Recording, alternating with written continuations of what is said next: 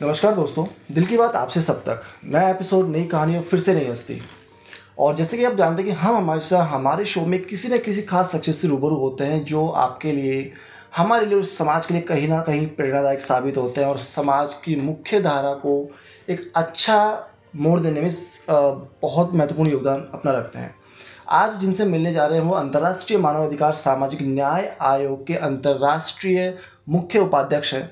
और सबसे पहले मैं स्वागत करना चाहूँगा SD खाड़िया सर का। सर, स्वागत है आपका हमारे शो के अंदर। नमस्कार सर। और सर, बेसिकली हमें बहुत अच्छा लगता है जब हम किसी मानवाधिकार आयोग के व्यक्ति से, किसी कानूनविद से, शिक्षाविद से मिलते हैं, बिकॉज ये वो शख्सियत होती हैं जो समाज को बहुत ही अच्छी दिशा प्रदान करती हैं। सबसे पहला मेरा जो सवाल आपके लिए रहेगा कि अंतर्राष्ट्रीय मानवाधिकार सामाजिक न्याय आयोग जो है किस तरह से कार्य करता है और सबसे पहले आपको इसके बारे में पता कैसे चला? नमस्कार। अंतर्राष्ट्रीय मानवाधिकार सामाजिक न्याय आयोग एक अंतर्राष्ट्रीय NGO है। मैंने न्याय विभाग में 32 साल सेवाएं दी और रिटायरमेंट के बाद में मैंने ये सोचा कि मैं समाज सेवा किस तरह से करूं। सोच ही रहा था कि मुझे ये अंतर्राष्ट्रीय मानवाधिकार सामाजिक न्याय आयोग का बहुत बड़ा प्लेटफॉर्म मुझे मिला, जिसके माध्यम से मैं ये सामाजिक कार्य कर रहा हूँ। अंतर्राष्ट्रीय मानवाधिकार सामाजिक न्याय आयोग का मुख्य उद्देश्य समाज में जितनी भी हमारे सामाजिक बुराइयां हैं जो समाज में फैली हुई हैं, जैसे महिला उत्पीड़न है, पुरुष उत्पीड़न है, बाल उत्पीड़न है, दहेज हत्या है, बलात्कार है, मर्डर है, इस तरह की जितनी भी ये बुराइयां हैं इनके खिलाफ हम कार्रवाई करते हैं और समाज के उस तह तक जाते हैं जिससे हम समाज के लोगों को उनके अधिकारों के बारे में बताते हैं कि आपके क्या क्या अधिकार हैं। सर, यहाँ पे आपने बहुत सारे अपराधों के बारे में, उत्पीड़न के बारे में जैसे दर्शकों को बताया, तो सबसे बड़ा एक मुद्दा या सवाल निकल के आता है कि ऐसी क्या शिक्षा प्रणाली में कमी रह गई है या ऐसे क्या हमारी संस्कृति और संस्कारों में कमी रह गई है कि हमारे अपने ही भाई बहन, हमारे अपने सामाजिक बंधु इस तरह की गलत एक्टिविटीज़ में इन्वॉल्व होते हैं। तो मैं, जैसे कानून के ज्ञाता आप हैं, कानूनविद आप रहे, तो कानून बहुत से लोगों को आपने अपने जीवन काल में देखा है, बहुत से मुजरिमों से आपका सामना हुआ, तो आपने उनके दिमाग में ऐसा क्या पड़ा कि ऐसा क्या घटना हुई जिसने उसको प्रेरित किया इस तरह के गलत कार्य करने के लिए? देखिए, मैं यही कहना चाहूँगा कि समाज में रहते हुए मानविक सामाजिक प्राणी हैं, लेकिन कुछ समाज में ऐसे परिवार में ऐसी कुछ कुरीतियाँ आ जाती हैं जिसकी वजह से व्यक्ति उस बुराइयों की तरफ चला जाता है। जैसे शराब पीना है, अकेलापन, जैसे अकेलापन में रहता है, तो इस तरह की जो लोगों को आदतें पड़ जाती है जिसकी वजह से वो कुरीतियों में चला जाता है। सर, जैसे आपने जीवन के काफ़ी बसंत निकाले हैं, तो मुझे जहाँ तक याद है कि पहले जैसे आपका समय था या दादा दादी का, नाना नानी का जो समय हुआ करता था, बहुत ही प्यारा समय हुआ करता था, जो मिट्टी में खेलना और आपस में एक दूसरे के साथ खुशियाँ बांटना। तो मुझे जहाँ तक याद है कि शायद उस समय, उस दौर में इस तरह की गलत कार्य बहुत कम होते थे। और आज के डेट में से तलाक के केसेस बहुत बढ़ गए हैं। बहुत से ऐसे केसेस आते हैं कि बच्चे माता पिता पर हाथ उठा देते हैं। अगर माँ बाप ने कुछ कहा कि आपको ये कार्य करना है, तो पढ़ाई लिखाई को लेकर भी हो, तो वो उस चीज़ को भी गलत वे में ले लेता है। तो आप जैसे उसको किस रूप में देखते हैं कि किस वजह से ये सब चीज़ें हो रही हैं? देखिए, जहाँ तक मेरा मानना है, पहले हम सब संयुक्त रूप में रहते थे, लेकिन जैसे जैसे हमें ये शिक्षा मिली है तो परिवार है एकाकीपन में चला गया। हर व्यक्ति स्वयं, पत्नी और बच्चों में ही रहना ज़्यादा पसंद करता है। इस वजह से क्या है कि उनको दादा दादी या जो भी पारिवारिक जो लोग हैं, जो संस्कार हैं, उनसे वो वंचित रह जाता है। पहले कोई भी घटनाएं होती थी तो वो पुराने टाइम पर सब आपस में बैठ के सुलझा लेते थे, लेकिन आज परिवार एकाकीपन होने की वजह से वो सब चीज़ें दूर हो गई और व्यक्ति सिर्फ मोबाइल में जा कर के सीमित हो गए। तो मैं समझता हूँ कि इसका मुख्य कारण व्यक्ति का एकाकीपन का है। तो अगर हम संयुक्त रूप से उसी प्रणाली में अगर हम जाएं तो मैं समझता हूँ ये अपराध हैं कम हो सकते हैं। सर, जैसे अपना जो अंतर्राष्ट्रीय मानवाधिकार सामाजिक न्याय आयोग है, अभी जिस ज्वलंत मुद्दे पे हम बात कर रहे हैं, तो क्या यह आयोग इस तरह की कोई सेमिनार या कोई टॉक शो, ऐसा कुछ एक्टिविटीज़ भी करता है कि जिसकी वजह से व्यक्ति अपने एकाकीपन को दूर कर सके, या जो बच्चों में हीन भावना पैदा हो रही है उसको दूर किया जा सके, या कोई ऐसा एजुकेशन सिस्टम या कुछ इस तरह की एक्टिविटीज़ आप लोग प्लान कर रहे हैं इसमें? देखिए, अभी हमने प्लान भी किया है और आगे भी करेंगे कि पिछले दिनों हमने एक ऐसा सेमिनार किया था कि बच्चे ये धूम्रपान नशे की तरफ क्यों जा रहे हैं, इसके क्या कारण हैं। तो उसके ऊपर भी काफ़ी टॉपिक्स हुए थे, पेरेंट्स की भी जिम्मेदारी दी थी, उसमें टीचर्स को भी दिया था और उनके बच्चों के आसपास के माहौल को भी जिम्मेदार बताया था।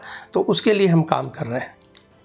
तो ये जो कार्य है तो उसमें मतलब आप सभी व्यक्ति साथ में मिलकर करते हैं या कोई सरकारी अनुदान भी प्राप्त होता है आप लोगों को इसके लिए? नहीं, अभी तो सभी साथ मिलकर कर रहे हैं, सरकारी अनुदान अभी हम नहीं ले रहे हैं और मिलता भी नहीं है, लेकिन हमारी बहुत बड़ी टीम है जो पूर्ण रूप से सहयोग करके आपस में इस कार्य को अंजाम देते हैं। सर, एक सबसे बड़ा मतलब कहते हैं ना, शिक्षा बच्चों को सही रास्ता दिखाती है और एक गुरु होता है जो बच्चे का निर्माण करता है, नए समाज का निर्माण करता है। तो क्या हम इस तरह का कोई एजुकेशन सिस्टम या कुछ अच्छी किताबें या कुछ ऐसी शिक्षा प्रणाली ला सकते हैं जिसकी वजह से ये जो अपराध प्रवृत्ति है या महिलाओं के साथ जो उत्पीड़न होता है, बच्चों के साथ जो उत्पीड़न हो रहे हैं, वो कम किया जा सके? इसके लिए तो देखो, मैं समझता हूँ कि व्यक्ति का एनवायरनमेंट ज़्यादा है। बच्चे जहाँ बच्चे एकाकीपन में आते हैं तो उनका जो आपस का दोस्तों का है, ये है, इस तरह के उसको ज़्यादा जिम्मेदार, पारिवारिक परिस्थितियों को इतना नहीं कह सकते, लेकिन बच्चा जब अकेलापन हो जाता है, पेरेंट्स उससे दूर हो जाते हैं, तो उस तरह की वो कुरीतियों में, बुराइयों में चला जाता है। तो जहाँ तक मैं समझता हूँ, एजुकेशन में भी इस तरह का कोई सुधार होना चाहिए और संस्कार की इस तरह की किताबें, जैसे माननीय हमारे प्रधानमंत्री जी भी कहते हैं कि इस तरह की कुछ चीज़ें चेंज कर रहे हैं, तो इस तरह के अगर सिलेबस में लाया जाए और परिवार को पुनः हमारी जो मूलभूत जो संस्कृति है, हिंदू संस्कृति, उसकी तरफ से पाश्चात्य संस्कृति को छोड़कर उधर अगर हम करें तो मैं समझता हूँ हमारे भारत में ये सारे के सारे अपराध कम हो सकते हैं। ये बहुत ही महत्वपूर्ण बात है, जैसे सर ने भी कहा कि हमें कहीं ना कहीं हमारी भारतीय सनातन संस्कृति की तरफ, हमारे रीति रिवाजों की तरफ लौटना ही पड़ेगा। और जैसे हम कहते हैं पाश्चात्य संस्कृति की तरफ, जो सर ने भी इंडिकेट किया कि हमें अगर अपने परिवार को संभालना है, घर में खुशियाँ लानी है, और पहले जो इतने अच्छे संस्कार थे, इतना प्यार था, इतना आदर्श था, अगर वापस उसी पे हमें आना है, क्योंकि अगर प्यार, आदर्श और विश्वास की भावना रहेगी तो आप देखना काफ़ी हद तक आपके जीवन में जो तनाव मौजूद है, जिसे हम कहते हैं डिप्रेशन, एंजाइटी, जिसे हम कहते हैं, बहुत सारी गोलियां दैनिक जीवन में खा रहे होते हैं, मतलब मोस्टली हमारी कमाई का आधे से ज़्यादा पैसा तो दवाइयों में ही जा रहा होता है, किसी साइकेट्रिस्ट के पास जा रहा होता है, तो वो भी आपका काफ़ी हद तक बचेगा। और जब पैसा बचेगा तो घर में अपने आप दो खुशियाँ ज़्यादा लेकर आ पाएंगे।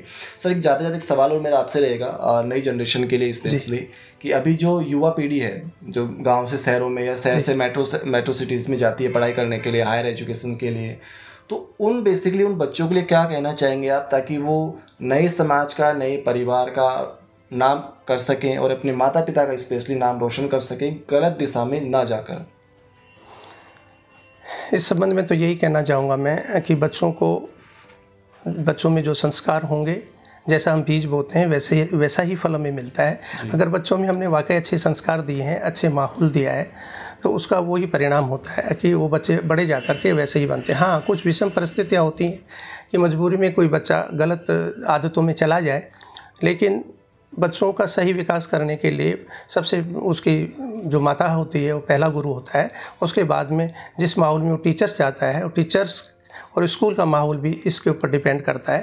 तो मैं तो ये कहना चाहूँगा कि घर में और स्कूल में बच्चों पर विशेष ध्यान दिया जाए कि बच्चा कोई गलत रास्ते नहीं जाए, उसकी कोई गलत आदतें नहीं हैं, और उनको पेरेंट्स को भी एक अच्छे दोस्त और बच्चा नहीं समझकर अच्छे दोस्त समझते हो उनके साथ सलूक किया जाए। सर, एक आखिरी सवाल में आपके लिए रहेगा सर, अंतर्राष्ट्रीय मानवाधिकार सामाजिक न्याय आयोग है, बेसिकली जिस नई जनरेशन है या जो महिलाएं हैं, जो गृहिणियां हैं, वो किस तरह से इस आयोग से जुड़ सकती हैं और किस तरह से अपने करियर में, अपने जीवन में कुछ नया सवेरा ला सकती हैं?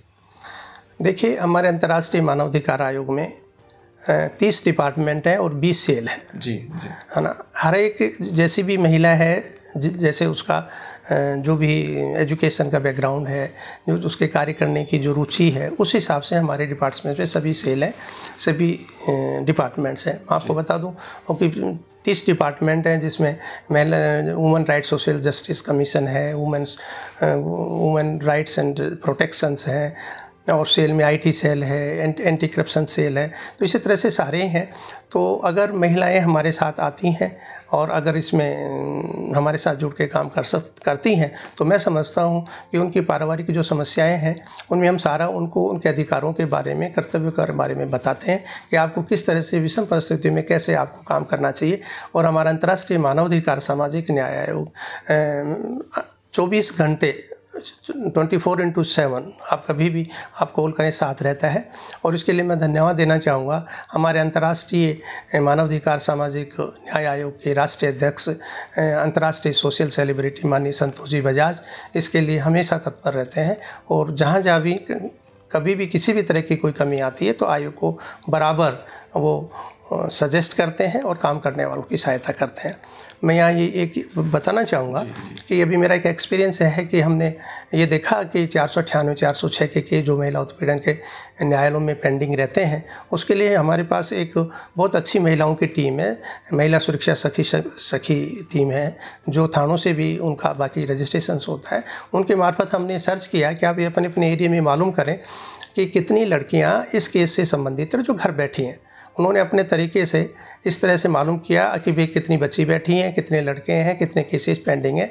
आप यकीन मानिए हमने 13 केस इस तरह से डिस्पोजल करा 498, 406 के माननीय न्यायालय के द्वारा, और उन बच्चियों को अपने घर भिजवा कर उन्हें स्थापित करवाया। क्या बात है, ये वाकई में बहुत ही महत्वपूर्ण कदम है। और कहते हैं जीवन में खुशियाँ लानी है और जीवन को सुचारू रूप से बहुत अच्छा चलाना है, तो कहीं ना कहीं आपको अपने ऊपर, अपनी शिक्षा प्रणाली के ऊपर, समाज के अच्छे व्यक्तियों के साथ जुड़ना बहुत ज़रूरी है। जैसे कि हमारे साथ आज मौजूद अतिथि यहाँ पे हमारे साथ रहे और आपको इतनी अच्छी बातें बताई, तो मुझे लगता है काफ़ी हद तक आपके द्वारा बताई हुई बातों से हमारे व्यूवर्स के पास में, हमारे दर्शकों के पास में कुछ जीवन में चेंजेस देखने को मिलेंगे। और डेफिनेटली आपको जिसमें महिला उत्पीड़न की हम बात करते हैं, या हमारी जो माता बहनें हैं, जो बेटियाँ हैं, जो कई मुसीबत में हैं, अगर उनको सही समय पर सही शिक्षा मिल जाती है और सही संस्था का साथ मिल जाता है, तो मुझे लगता है कि जीवन में नेगेटिव चीज़ें कहीं ना कहीं ख़त्म हो जाएंगी अपने आप ही। सर, आपने बहुत महत्वपूर्ण समय हमें दिया और इतनी प्यारी प्यारी महत्वपूर्ण बातें हमारे दर्शकों को बताई, इसके लिए तहे दिल से आपका धन्यवाद। धन्यवाद, आपका भी धन्यवाद। नए एपिसोड में नई कहानी के साथ, नई हस्ती के साथ। दिल की बात आपसे, सब तक। धन्यवाद।